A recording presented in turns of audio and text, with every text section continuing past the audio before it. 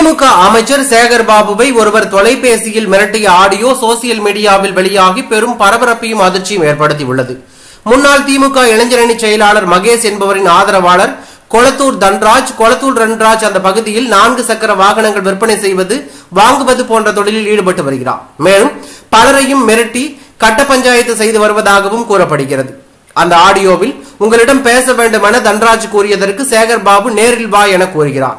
ஏன் தொலைபேசியில் பேச மாட்டீர்களா என கேள்வி எழுப்பியதோடு அவர் அமைச்சரை மரியாதை குறைவாக மிரட்டும் தோணியில் பேசியுள்ளார். உடனே அமைச்சர் போலீசில் புகார் அளிப்பேன் என கூறியவுடன் சவுக்கு சங்கருடைய விவகாரத்தை ஊடகத்தில் வெளியிடுவேன் என மிரட்டியுள்ளார். அதற்கு அமைச்சர் சொல்லு என கூறிவிட்டு மரியாதையாக போனை வை என அழைப்பை துண்டித்தார். இதனைத் தொடர்ந்து அமைச்சர் அளித்த புகாரின் அடிப்படையில் போலீசார் தன்ராஜை சுற்றி வளைத்து கைது செய்து தொலைபேசியை பறிமுதல் செய்ததாக தகவல் வெளியாகி பரபரப்பையும் அதிர்ச்சியும் ஏற்படுத்தியுள்ளது.